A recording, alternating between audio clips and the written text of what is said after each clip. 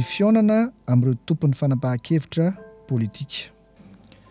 Ahoana ary ny fomba fiomanana amin'ny fionana? Mba hatsara ny fiomanana dia izao fantarina amin'ny alalan'ny ango-baovao ny mombamomba ireo tompon'ny fanapahan-kevitra.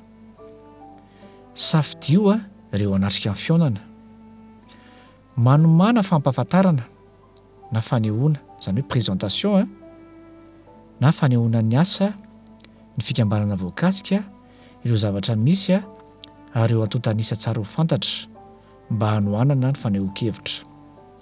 Manomana dia mialoha valiteny ho an'izay fanontaniana mety apetraky ny ankilany. Fomba fanehoan-kevitra. Ifampizarao dia ny mialoha ireo anjara asan'ny mpikambana tsirairay tonga hitondra teny mandritra ny fionana. Ahoana no atao mba hahavoafehy ny fionana? Mandritra ny fionana, ajao ny ora ny fanomezana. Ampafantaro ny tenanao sy ireo mpiara-dia aminao amin'ny fionana, izany hoe manaova présentation. Mahaiza miaino ny tompon'ny fanapahan-kevitra. Aza vakiana be fahatany ny fanomanana ara-tsoratra izay nomanina. Tsaratsara kokoa raha mampiasa tire ho an'ny fampatsiahivana ireo teboka vanan-danja.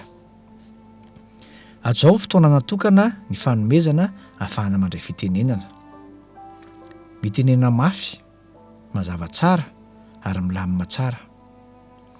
Izao mba hisy ny fiatoana kely ahafahan'ny hafa mahazo ireo hevitra manan-danja. Mampiasa fitaovana fanehoana ara-tsary mba hanamora ny fahazahoana sy hahatonga fanehoana anintona kokoa.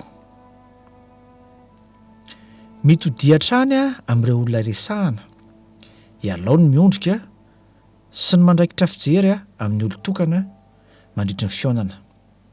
Atao voatra ny mifampiresaka rehefa mitondra ny fanehoana. Mivonoana amin'ny fampirarahana na ny hoe négociation, ary farano amin'ny fampitinana ny resaka ao. Ao an'indray kosa ary ny fomba famaliana fanontaniana. Raha fanontaniana saron-takarina dia izao arafitra indray ny fomba fametrahana azy mba hahatonga azy ho mora ho azo. Rehefa mamaly fanontaniana dia izao mba ho an'ny rehetra fa tsy ho an'izay mametraka azy ihany. Mandiny tsara isaky ny hamaly fanontaniana. Aza mamaly raha toa ka tsy voafehinao izay tokony ho valiny. Tsaratsara kokoa ny miaiky ny tsy fahafehezana.